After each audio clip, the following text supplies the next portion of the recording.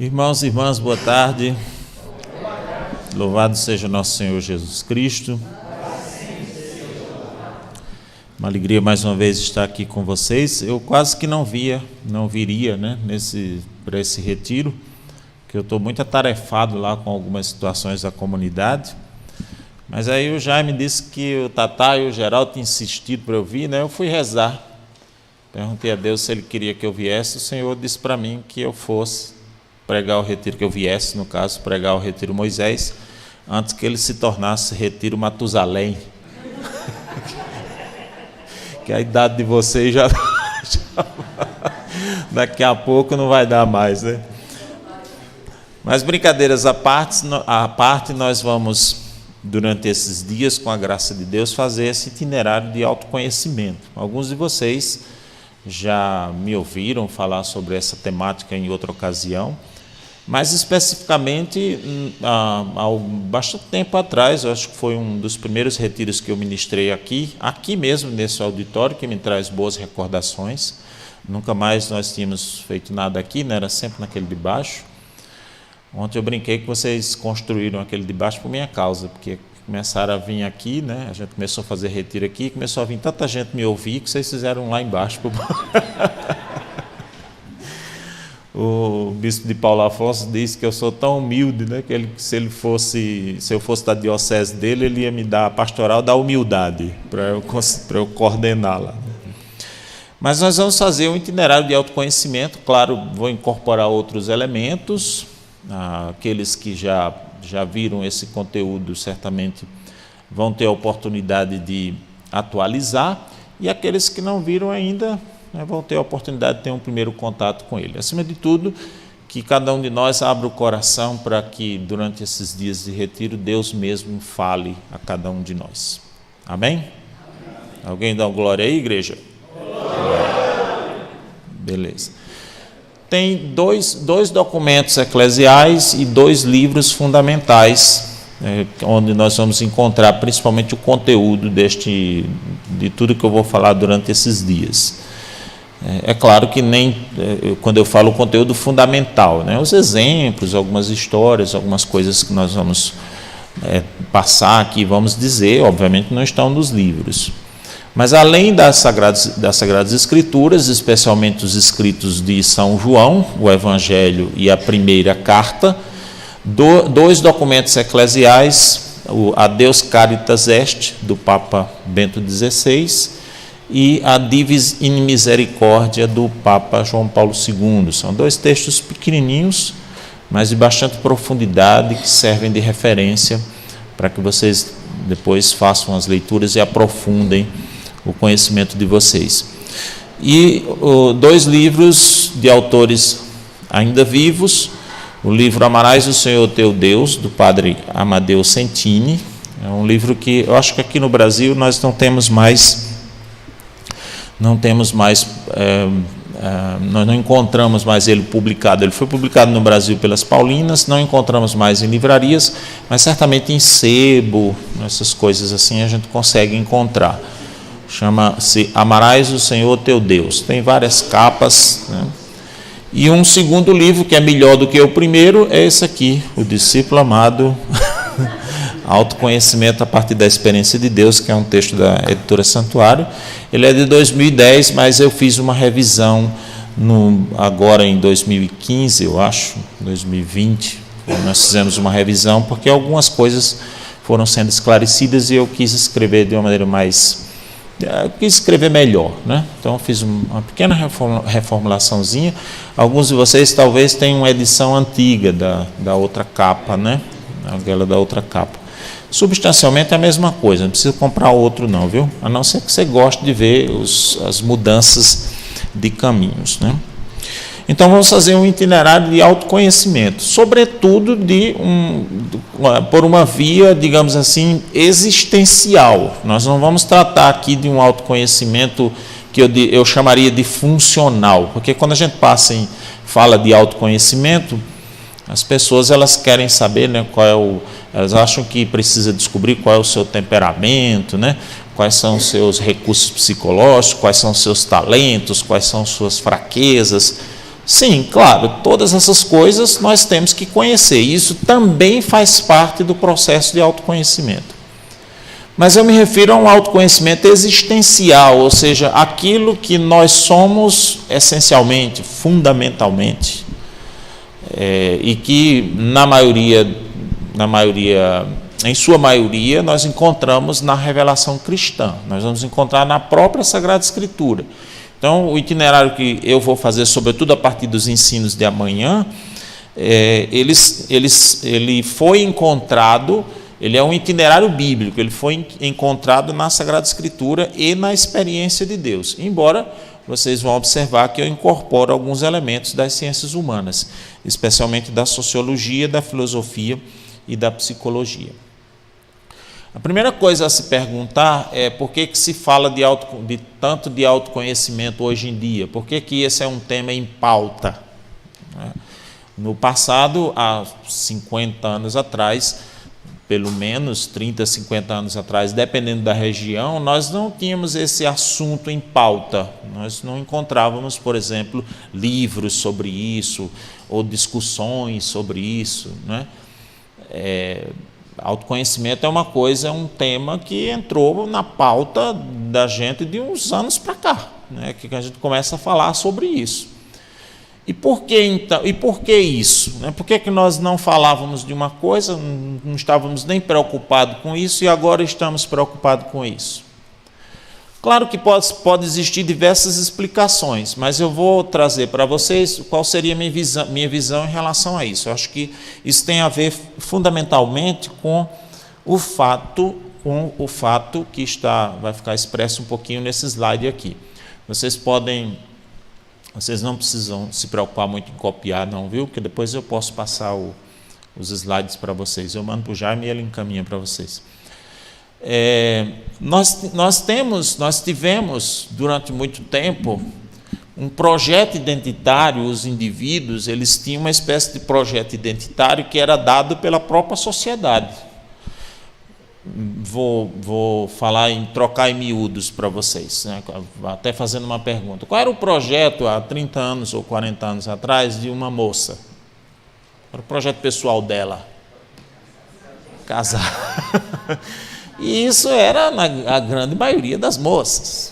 Você não tinha uma ou outra aí, né, que tivesse um pensamento mais de vanguarda, que poderia se destacar, porque na realidade humana nós sempre encontramos a possibilidade de se ter divergências, digamos assim, mas aquilo era uma coisa, um valor imposto pela própria sociedade. Então, vou crescer, vou casar-me, né, preferencialmente mais jovem, tanto que isso gerava, no caso de uma moça que não conseguisse casar, fosse ficando, né, mais velha, 30, 35 anos, 40 anos, isso gerava uma discriminação social. No Nordeste tinha homem que dizia assim, ele estava apresentando a família, dizia: eu tenho 3 filhos e essa moça velha. Ele falava que é um negócio muito estranho, né?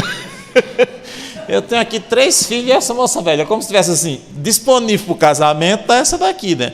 Claro que ainda não tinha sido feito aquela música, não interessa se ela é coroa, mas a coisa era tão forte, né, que eu mesmo, quando li a Bíblia a primeira vez, eu achava que coroa da justiça era uma juíza solteirona que tinha lá perto lá de casa. Então, era o projeto, né? Vai lá ter seus filhos, criar sua família, etc. Na mesma coisa, o homem também vai assumir sua masculinidade, ter uma profissão, conseguir seu trabalho, ter condição de sustentar a sua família, formar a sua família. As coisas elas vão se reproduzindo de forma mais ou menos cíclica, não é? Tanto que era muito comum no passado, hoje nem tanto, que o dono de uma mercearia passe para o filho, que passa para o neto, que passa, né, o sapateiro, alguém que tem uma profissão que vai passando, a oficina vai passando, porque a vida era cíclica, ela vai sendo simplesmente se reproduzindo. Hoje a gente já encontra com muito mais frequência, por exemplo, um pai de família dizer, até desesperado, vamos dizer, um comerciante, mas nenhum dos meus filhos quer cuidar do meu comércio. Porque os caras já querem outras coisas, eles têm outras possibilidades de profissão e tudo, né? Então, aliado a essa desconstrução da sociedade, porque a evolução, o mundo mudou muito, e com essas mudanças houve uma transferência do que a pessoa deve ser. Houve uma transferência da sociedade para o indivíduo. Então, já não é mais a sociedade que diz ao indivíduo o que ele tem que fazer, mas a sociedade delega ao indivíduo que ele escolha o que ele deve ser. Muito embora o individualismo seja um valor social. Então, que é um negócio curioso, né?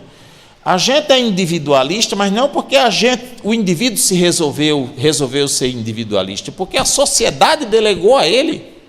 A sociedade criou o individualismo como valor social. É muito engraçado, né? Aí a gente passa a ser, então, responsável pelo nosso projeto identitário. Aqui nós temos uma espécie de autonomia radical. Aliada a esse processo todo, crescem as opções, o que deixa o negócio mais doido ainda. Porque se antes você não precisava escolher, porque a sociedade escolhia por você, e as opções eram poucas, até a opção de casar era pouca, não tinha muita. Você casava com alguém, um rapaz da vila, lá do Toxo, por exemplo. Tem alguém do Toxo aqui. Entendeu? Se casava com alguém da cidade pequena, lá do seu sítio, às vezes com o próprio parente. Lá na minha região tem uma cidadezinha que tem de gente doido aos montes, porque casa muito primo com primo. Então dá um monte de gente doida, gente desmantelada, gente aleijada, é uma confusão. Agora não, você casa com alguém de Portugal, dos Estados Unidos, só vejo essas conversas, né? Lá no interior de Minas, né? Minha filha casou com o cara da Noruega. Eu não sei de onde é a Noruega. A Islândia, não sei aonde, né? A misturada de raça, de tudo. Então você tem uma série, tem a internet onde você acessa sites de relacionamento, tem até site de relacionamento de namoro católico, que é um negócio interessantíssimo, né? Vamos fazer assim, então você cria as situações, as oportunidades, né? O projeto Timóteo, por exemplo, é uma oportunidade, né? Que o pessoal vai de missionário, casa lá mesmo e lá mesmo fica, né? Os rapazes vão para as comunidades. Então, ampliam-se as possibilidades. Profissão. Há 50 anos atrás, quantas profissões você tinha? E quantas se tem hoje? Quantas possibilidades? Algumas que você não sabe nem o que é. O que faz? A pessoa, você pergunta, a pessoa diz, o que você é o quê? Eu sou fonoaudiólogo. Aí a pessoa faz, Outro dia eu vi um rapaz que pensava que quimioterapia era uma faculdade. Pensava, cara, eu estou fazendo quimioterapia. Ele, que bom, em que faculdade? Então você tem uma série de oceanografia, né? Medicina, aí tem biomedicina, paramedicina, tem uma série de situações, série de cursos, de coisas para você fazer, né? Algumas profissões que inclusive se tornam obsoletas muito rapidamente. Agora tem um deputado, não sei se vocês viram, entrando com um projeto para tirar, não ser mais profissão, mais de 101 profissões. Entre elas, sociólogo, arquiteto e psicólogo, são as três que eu tenho lá em casa. Eu, minha filha e meu filho. Estamos perdidos. E claro, disse meu filho que não vai passar, não. Mas acho que talvez seja para isso, para ver se diminui as opções. Então você tem uma série de possibilidades. Em outros campos, no campo cultural, no campo musical, né?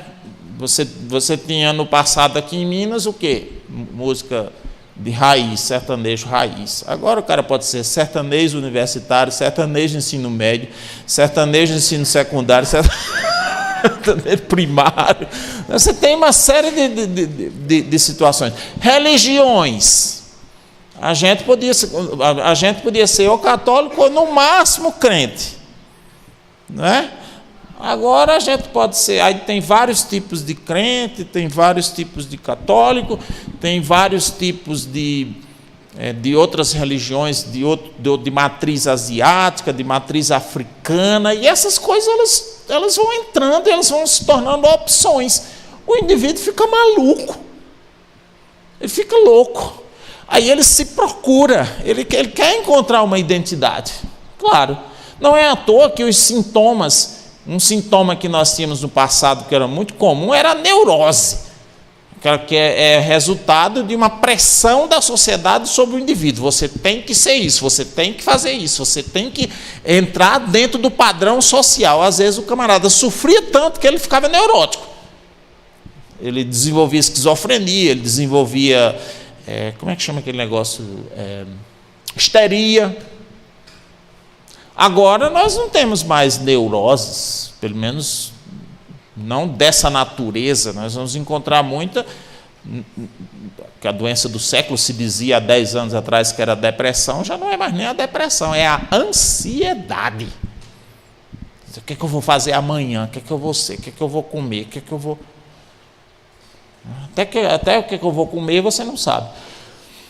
Outro dia eu vi uma postagem, uma pessoa botou assim: ei, eu já comi, segunda-feira eu comi galinha caipira, terça-feira eu comi churrasco, quarta-feira eu comi calabresa. Alguém sabe dizer outro sabor de miojo, por favor?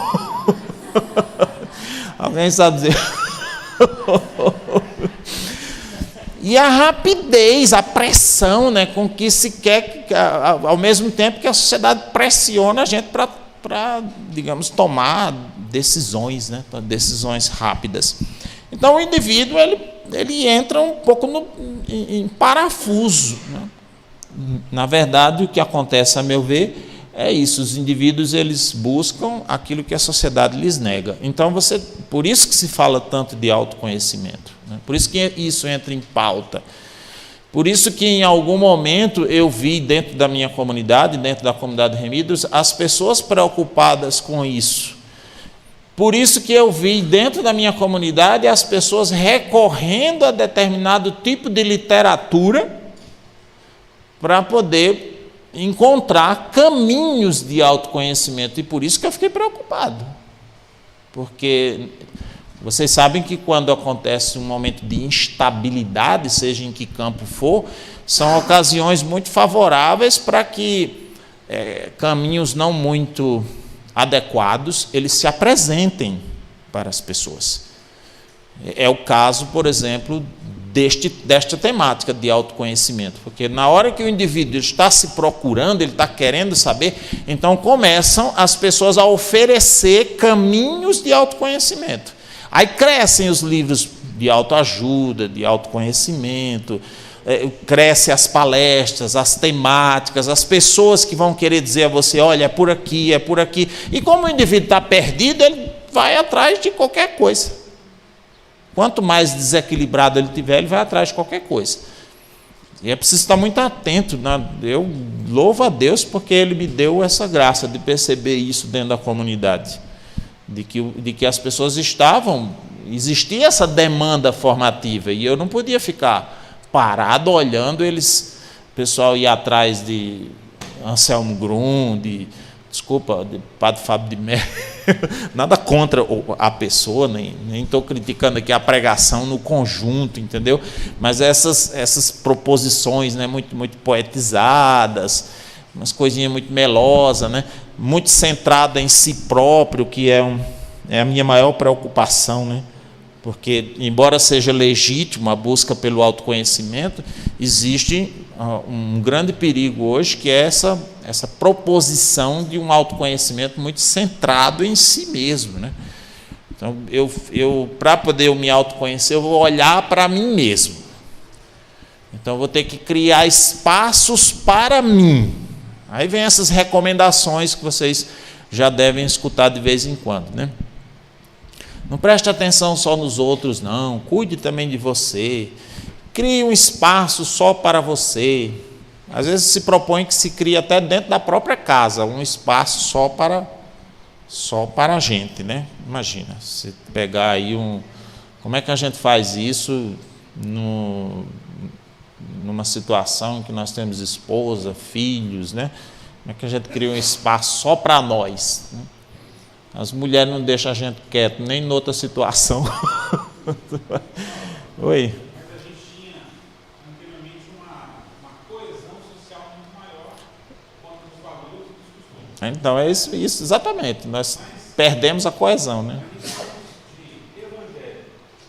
O evangelho ele não era o suficiente naquela época, mas por uma convenção social ele se tornava, ou ele já era o suficiente, mas essa questão do autoconhecimento ela não era necessária para aquele momento, naquela época. O autoconhecimento, essa questão do autoconhecimento não era necessário, eu acho.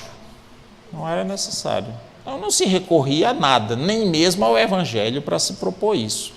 Como agora nós temos essa temática em pauta, então começam as proposições, as diversas proposições. E aí que entra o que eu estou falando, a minha preocupação de prestar atenção na comunidade, ver o quais são esses caminhos que estão sendo propostos hoje e propor um outro caminho que eu acho que é mais adequado, está mais de acordo com a nossa experiência cristã. Aí sim eu vou buscar essa proposta no Evangelho, né? Só para completar, quando eu digo um autoconhecimento centrado em si mesmo, é justamente essa coisa de você tentar um caminho de autoconhecimento fora da relação com os outros e fora da relação com o outro transcendente, que seria Deus. Então você olha sempre para você mesmo, sempre para você mesmo. E aí o caminho vai propor, por exemplo, que você se aceite ou que você se ame. Então, e isso vai criando uma situação que vai neutralizando, inclusive, a própria dinâmica da conversão de vida, da mudança pessoal. Porque eu vou vendo a mim mesmo, eu sou assim mesmo. Então, eu tenho que me aceitar assim. Aí vem a religião, diz, Deus me ama como eu sou, que é verdade, mas é uma verdade perigosa, porque você... dependendo da maneira que a pessoa interpreta, né? E depois vem então a própria proposição de vocês também têm que me aceitar como eu sou. E às vezes a pessoa é insuportável, ela precisa mudar. Pode falar.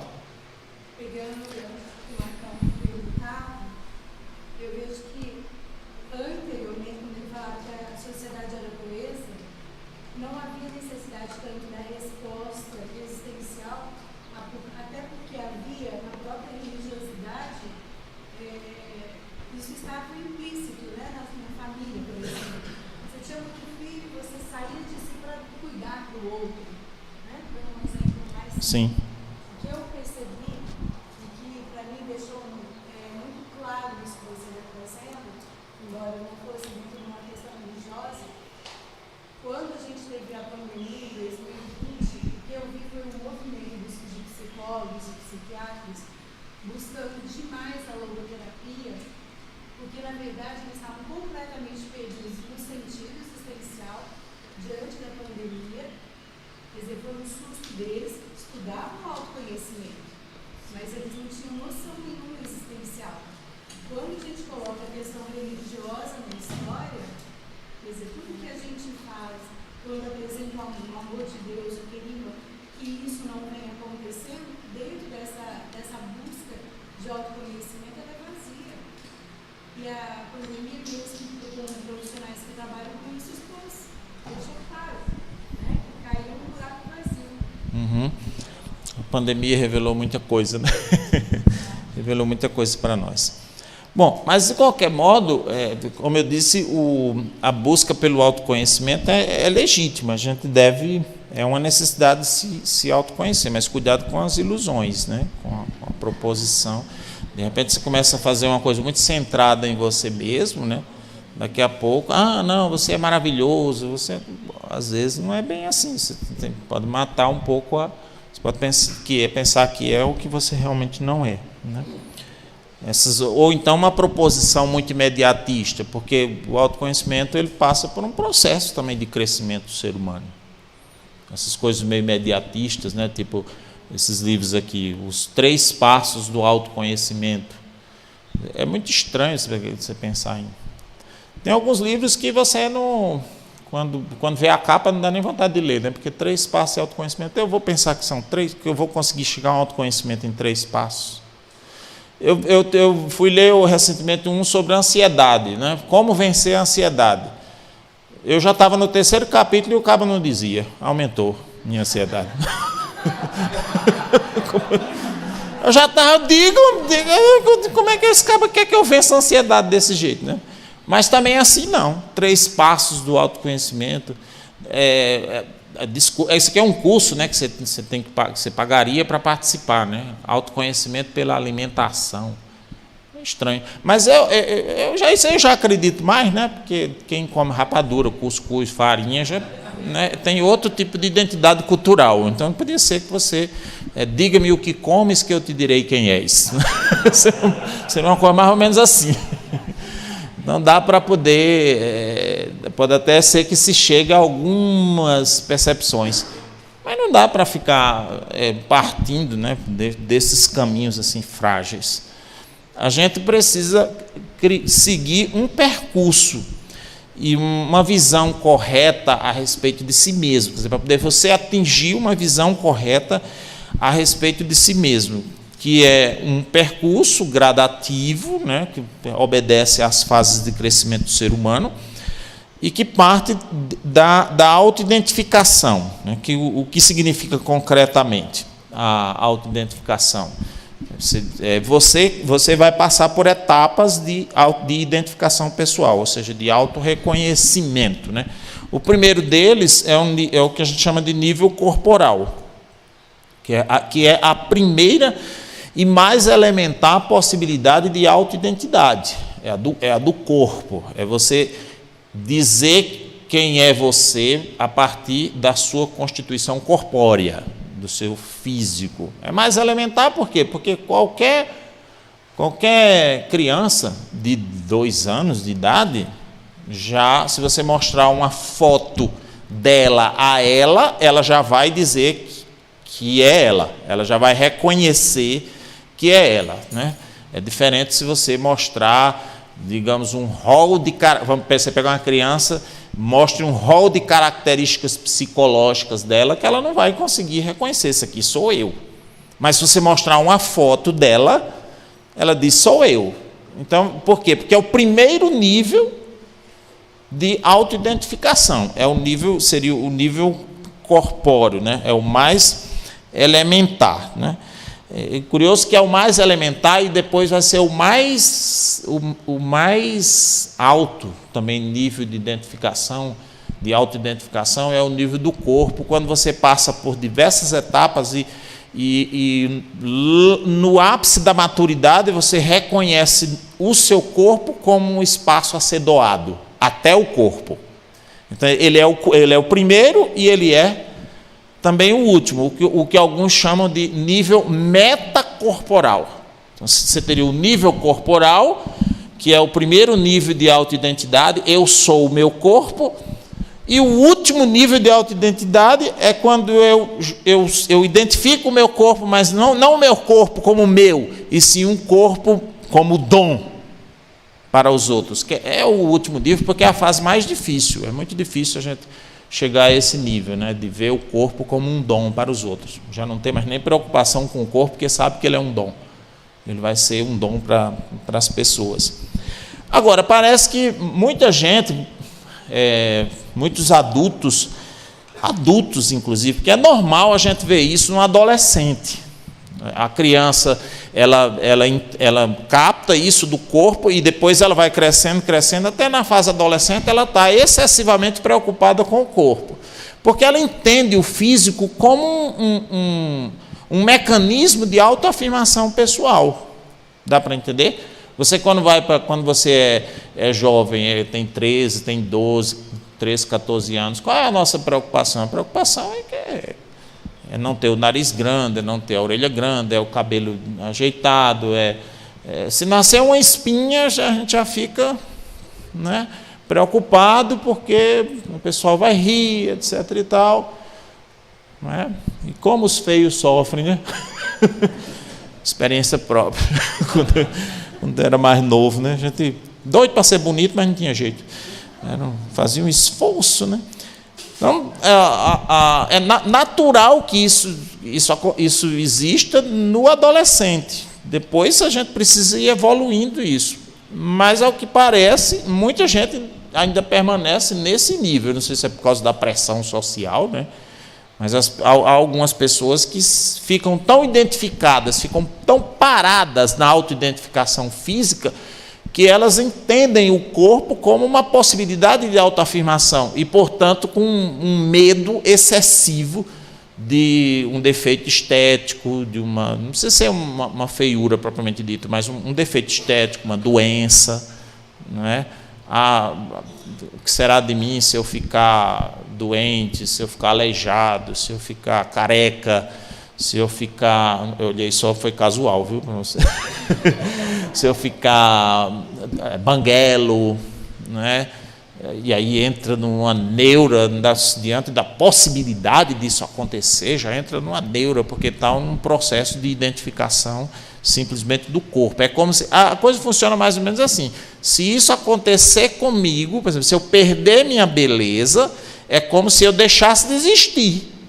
Eu deixei de ser gente. Ou pelo menos uma parte de mim foi retirada e eu não vou jamais conseguir ser feliz. Eu não vou me realizar como pessoa. A coisa funciona assim no psicológico do indivíduo, né?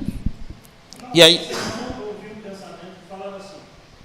Você ouviu um pensamento? Tu está ouvindo pensamento agora? Brincadeira, eu já ia levar você para Paraíba, porque eu estou doido para escutar uns pensamentos nos cabos. Dizer assim, se você for feio, mas se vestir bem, for educadinho, saber chegar e sair numa conversa, não vai adiantar nada, você vai continuar sendo. Não, mas até adianta, viu? Principalmente se for homem, né? Porque as mulheres elas têm uma noção de beleza um pouco mais ampla do que a nossa, né?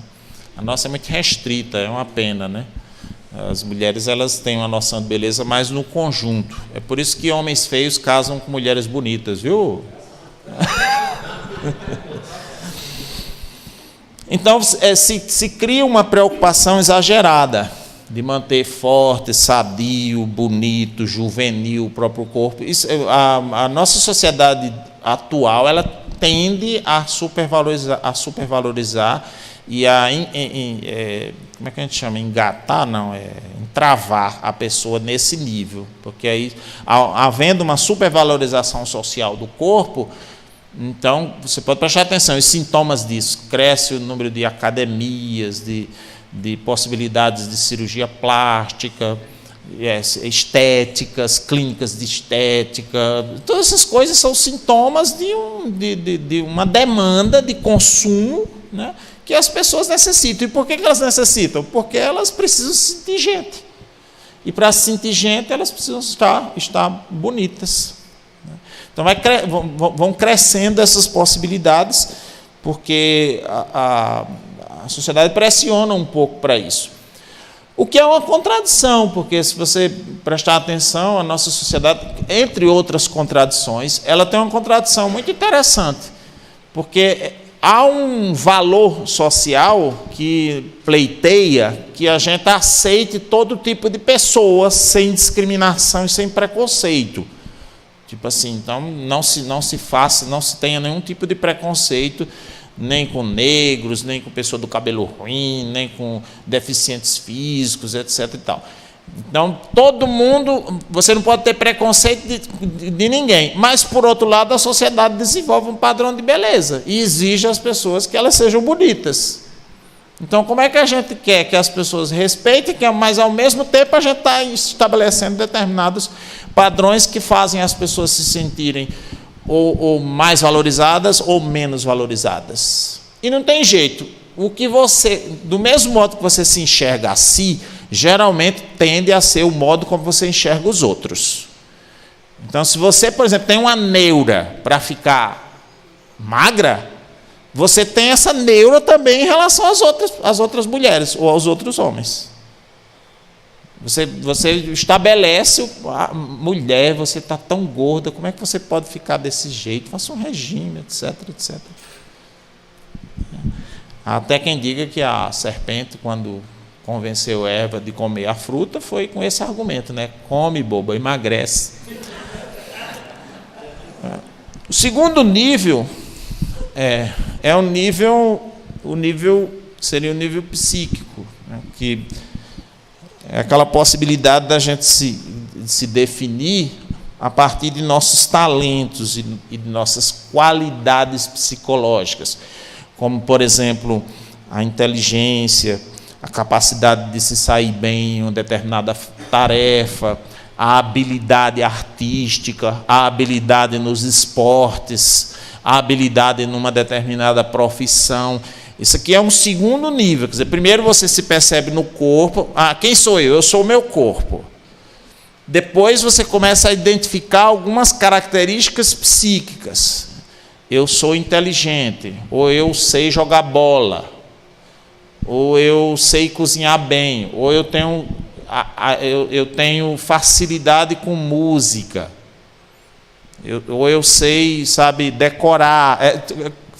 Qualidades e talentos psicológicos que fazem com que a gente não só perceba a nossa diferença em relação aos animais, aos outros animais, que a gente já teria essa visão na percepção físico-corporal, mas também a gente perceba a diferença entre nós, entre os semelhantes. O indivíduo percebe que ele é diferente do outro, pelas características psíquicas principalmente. É quando começam, por exemplo, as comparações, né? Fulano é mais inteligente, é mais habilidoso com isso, joga melhor, joga bola melhor, etc. E todo mundo faz essas coisas. Até porque vão se criando também rótulos, paradigmas nas pessoas. Esse ano passado eu fiz uma visita na Costa Rica, e o pessoal lá gosta muito de futebol. Aí, quando eu dizia que meu nome era Ronaldo, eles falavam logo, gaúcho ou fenômeno? Eles perguntavam logo, que ele vinculava com o negócio de jogo, né? Aí eu, que não sou humilde nadinha, eu dizia, dos três, eu sou o melhor. Já respondia assim, né? Eles davam risada. Mas, justamente, você vai percebendo essas qualidades e, como eu disse, sob esse ponto de vista, o indivíduo ele descobre o que o diferencia não só dos seres inferiores, mas também dos seus semelhantes. Assim como a identificação no nível corpóreo, a identificação no nível psicológico, ele também oferece alguns riscos, né? E que seria o risco de uma visão parcial da pessoa. Porque quando você enxerga as suas qualidades, e eu diria também os seus defeitos, você está tendo uma visão parcial de você mesmo. Não pense que é uma visão, absoluta de quem é você, não. Um dos grandes problemas que algumas pessoas enfrentam é justamente esse, é pegar uma ou duas características psicológicas e absolutizar essa característica, como se o eu dela se definisse a partir desta característica.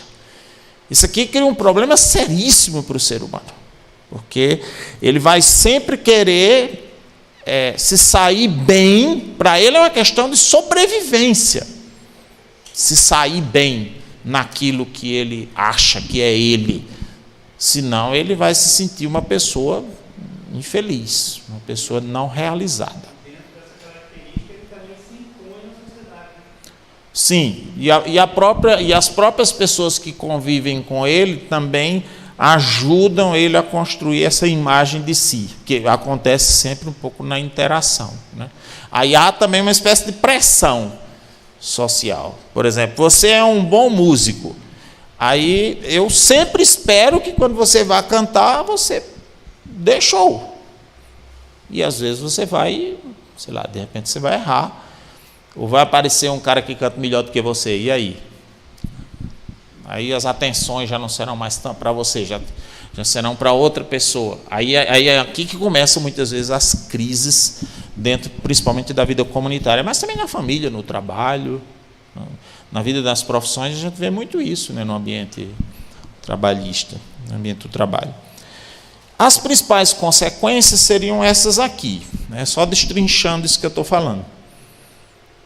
As consequências da identificação somente no nível psíquico, né? Uma primeira seria essa, o talento como fonte de autoidentificação, né? Isso que eu adiantei para vocês.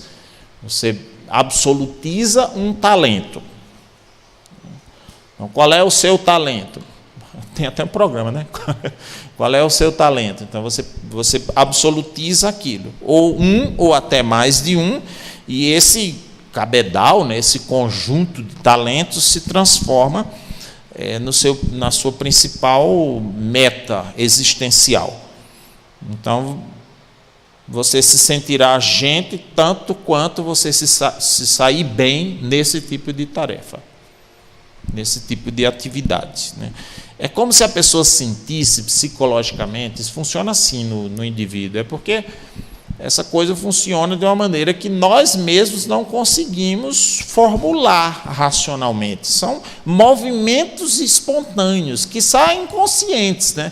Eu digo talvez porque, às vezes, eu questiono se o inconsciente existe, né? Eu fico perguntando ao meu filho, que é psicólogo, meu filho, inconsciente existe? Uma vez eu perguntei a uma psicóloga, inconsciente existe? Ela parou assim, parece que alguém nunca tinha feito essa pergunta. Aí disse assim, existe, ainda que seja inconscientemente, mas existe.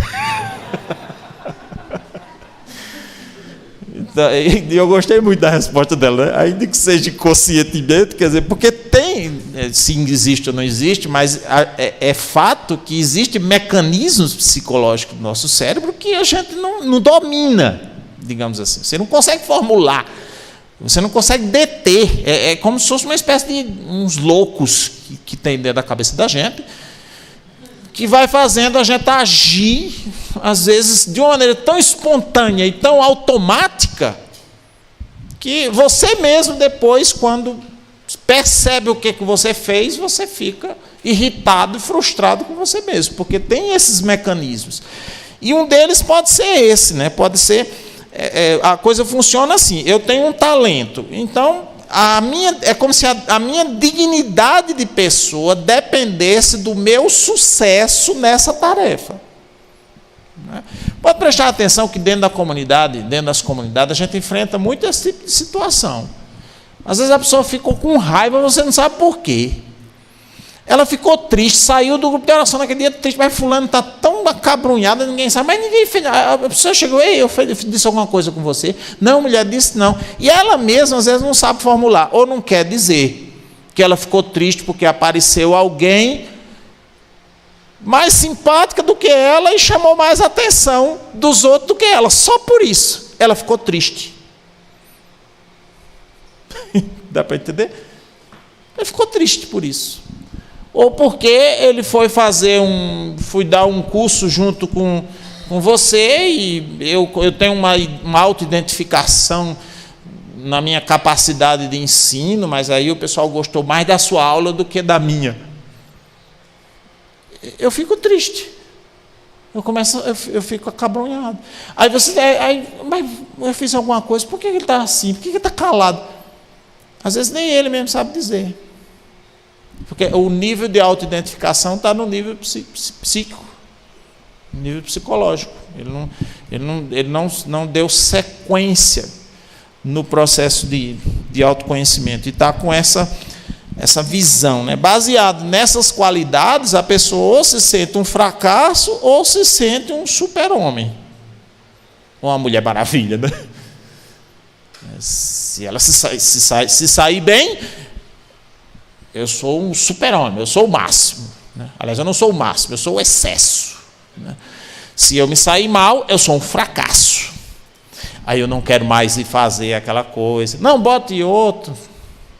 Vocês já viram isso, né? Eu vi muito isso, vi acontecer muito isso dentro da nossa realidade de igreja e em outras realidades também. Não quero mais, não bota outra pessoa, mas não for, é porque eu não sei fazer isso não. Sabe, ela sabe que sabe. O problema foi porque numa determinada ocasião ela pode ter cometido um erro e ela se sentiu atingida na sua dignidade. Aí se sente um fracasso. Se sentindo um fracasso, ela não quer dar passo. Ela vai entrar num processo, hoje a gente chama de processo depressivo, mas é um processo de tristeza, que se não houver, se ela se não tiver uma ocasião urgente para ela fazer alguma coisa, para fazer um sucessozinho, para poder ela recuperar aquilo de novo, está lascada. Ela vai precisar de um sucesso rapidinho. Você tem que dar um jeito de fazer ela se sentir bem, porque senão ela entra no processo de tristeza, né? Então, a pessoa ela viverá buscando ocasiões de exteriorizar os seus dotes psicológicos, né? Suas boas qualidades, e vai assumir a atividade só quando julga ser capaz de fazer. Ela não tem... A pessoa que tem um talento como fonte de identificação, ela não arrisca a imagem dela. Dá para entender? Ela não arrisca a imagem dela. Você pede para ela fazer um trabalho, uma coisa. Se ela não tiver certeza que ela vai se dar bem, ela diz não. Porque ela diz, isso aqui vai botar em risco o meu sucesso. minha fonte de dignidade. Aí a gente pode dizer, isso é... Que aqui a gente tem que entender bem, né? Porque às vezes a gente diz, isso é orgulho, isso é pecado, isso é falta de conversão. Eu diria também. Também. Pode ter pecado capital envolvido, misturado e tudo. Mas não é só isso. Às vezes é um mecanismo de defesa da pessoa. Às vezes inconsciente. Por isso que você tem que saber lidar com a situação. Nós, como líderes, né, temos que saber lidar com a situação para ir fazendo a pessoa dar os passos de crescimento no processo de autoconhecimento dela. Porque esse tipo de pessoa ele não vai querer arriscar a imagem dela, inclusive exigindo determinados instrumentos. Por exemplo, uma pessoa que for autoidentificada no seu talento de tocar violão, ele não quer tocar no violão ruim. Aquele que é autoidentificado em sua voz bonita, chegar numa comunidadezinha que tiver um sonzinho de pomada Padre Cícero, ele não quer cantar naquele sonzinho, ele vai arranjar uma desculpa para não cantar. Não, canta aí você. Por isso que muitas vezes dentro das igrejas só aquelas beatas gaivota de Rebeca que tem coragem de cantar, né? Porque não vai arriscar. Eu preciso de um som bom que faça minha voz. Eu preciso de um instrumento bom, eu preciso de todas as condições para brilhar. E aí você vai ter dificuldade, a pessoa vai ter dificuldade de executar ou de aceitar executar tarefas mais audaciosas. Arriscar um pouco a imagem, sabe? Fazer o que acha que não sabe, mas que pode vir a saber, pode vir a descobrir.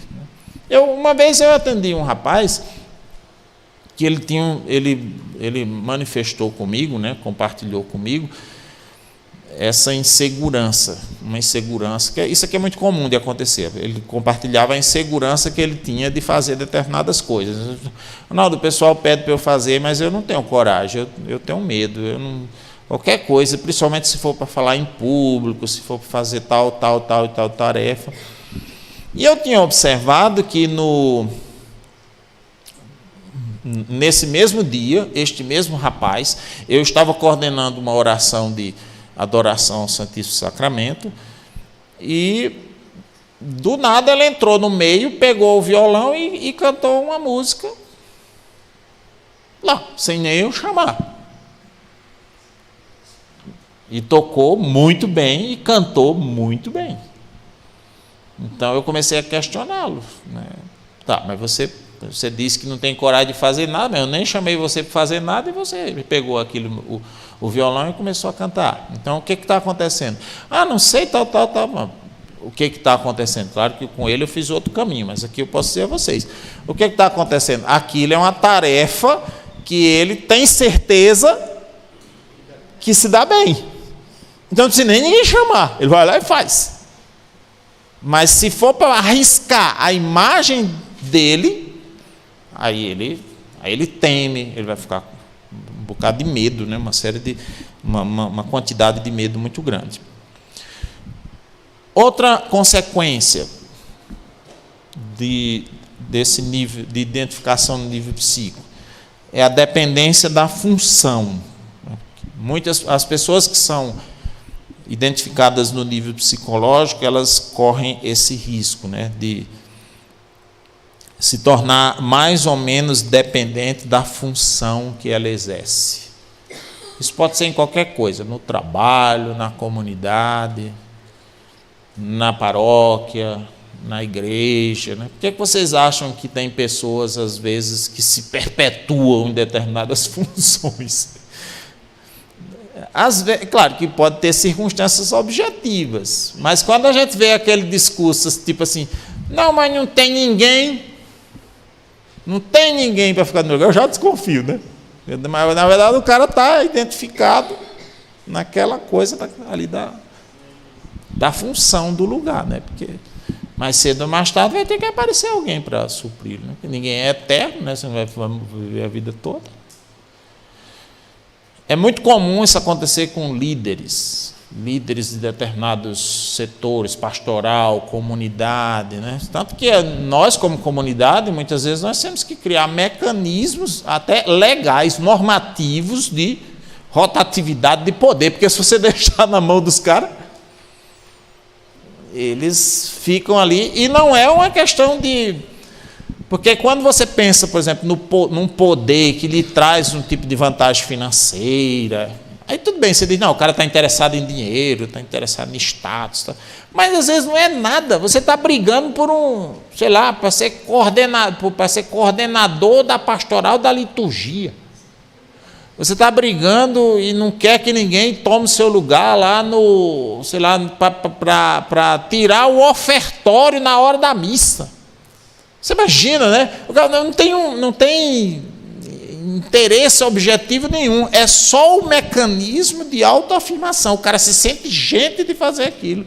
Se tirar aquilo dele, o cara morre, né?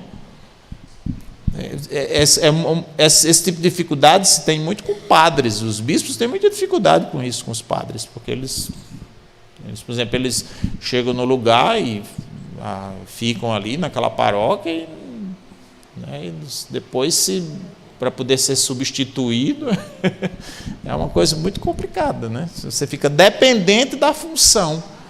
Eu preciso ser isso. Se eu deixar de ser isso, eu vou entrar num processo depressivo, de tristezas seríssimo. É claro que existem certas coisas que você deve sofrer algum tipo de impacto. Claro, vamos imaginar aqui um evangelizador, nós que vivemos nessa vida de evangelização, a gente passa a vida toda evangelizando, fazendo missão, para cá, passa 20, 30 anos fazendo isso, um dia a gente fica doente e não consegue mais fazer. É claro que você pode sofrer um impacto emocional, você pode sentir uma falta daquele tipo de atividade que você exercia e tudo. Mas é muito diferente. Tem gente que entra em parafuso. É como se ele deixasse de existir. Há quem, inclusive, morra mais rápido por causa disso. Se você tirar aquela função daquela pessoa, ela morre. Ela passa 6 meses, ela morre. Porque ela não suporta. É alguém que está identificado no nível psíquico. Principalmente quando ela for aceita socialmente pela função que exerce. É o menino da igreja, é o rapaz da comunidade, é a mulher da sacristia, é o sacristão. Isso aqui é um reconhecimento social. E a pessoa se afirma nisso. O que eu sou aqui nessa cidade? Eu sou o sacristão da cidade. Então, não me tire a função de sacristão. O cara está lá caindo os pedaços, mas não sai da sacristia. Porque ela é aceita socialmente naquilo. E aí se torna inamovível do lugar. Pastoral, paróquia, diretor de escola, sabe? Profissionais. Isso no ambiente de trabalho se encontra muito isso, a gente encontra muito isso. E às vezes somos nós mesmos que estamos fazendo isso. Então, são pessoas que têm dificuldades imensas de adaptar-se a novas coisas, novas funções, a sair de um lugar e ir para outro. Você imagine esse tipo de situação dentro de uma comunidade. Imagine você lidar com um grupo de lideranças autoafirmados somente no nível psíquico, em que você não pode mexer com ninguém, porque se mexer vai causar um impacto emocional na pessoa, que ela vai entrar num processo de tristeza que não vai fazer mais nada, ou então vai atrapalhar o outro, porque isso acontece com muita frequência. Você tem eu até deixo a função, mas eu fico ali como uma sombra no outro que assumiu, criticando, comparando, infernizando a vida da pessoa. Não é fácil, não. Para quem chega e assume as coisas assim, inclusive é muito difícil, muito complicado. Tem dependência da função, tem necessidade extrema de resultado positivo. Ele precisa de resultado positivo, né? Por isso ele se agarra ali com unhas e dentes, né? E aquela função, aquela coisa. E se o julgamento de algumas pessoas for importante para ela sentir que obteve êxito, porque ainda tem mais isso, tem o problema das relações seletivas. Então, tipo assim, eu preciso me dar bem nesta tarefa. E mais do que isso, eu preciso me dar bem nesta tarefa na visão de alguém. Dá para entender? Pior ainda, fica pior ainda. Eu preciso me dar bem nesta tarefa na visão de Geraldo, por exemplo, como se eu estivesse aqui, não me importasse para vocês, para mim, a opinião de ninguém, só, mas a opinião daquela pessoa, né? Da relação seletiva. Então, se a visão de alguém for importante para eu me sentir gente, aí eu vou ter capacidade de adaptação, mas eu vou me adaptar conforme eu perceber as expectativas daquela pessoa. Dá para entender? Se eu sentir que você está esperando isso de mim, então eu vou fazer isso, mesmo que as outras pessoas estejam me dizendo o contrário. Ou eu estou com uma coisa totalmente acrítica, eu não tenho um pensamento autônomo, eu acabo ficando escravo da visão de alguém. Algumas pessoas se tornam nossos juízes, nós mesmos nos entregamos como réus. E por consequência, a gente tem a necessidade extrema do resultado positivo, e por outro lado a gente tem o horror do fracasso, né? Medo de fracassar terrível, né? Porque isso implicaria na diminuição da nossa imagem social e pessoal, individual. Aí sempre vem um sentimento de negatividade muito grande. Então, muitas pessoas elas sofrem tristeza por causa desse tipo de coisa, né? Porque uma pessoa nesse nível, olha como é interessante, né? Tem três tipos de reações, três tipos de reação. Ou um sentimento depressivo e um afastamento da situação, juntamente com frases cheias de lamento e de autocompaixão, tipo assim, não sirvo para nada, eu não vou fazer mais isso, eu não sei fazer mesmo, não sei porque me botaram para fazer isso. Isso aqui é uma atitude. A outra pode ser ao contrário, pode ser de raiva e de cólera. Estou com raiva da situação. E uma terceira ainda é botar a culpa nos outros. Eu falhei porque você não me deu as condições para eu fazer a coisa corretamente. Mas no fundo é porque ela não está sabendo lidar com o fracasso. E a gente tem que saber. No processo de autoconhecimento, a gente tem que saber lidar com os nossos fracassos. Porque a gente vai fracassar na vida em muitas situações, né? A última consequência, eu vou deixar para falar depois do nosso intervalo, né? Para vocês não ficarem muito cansados.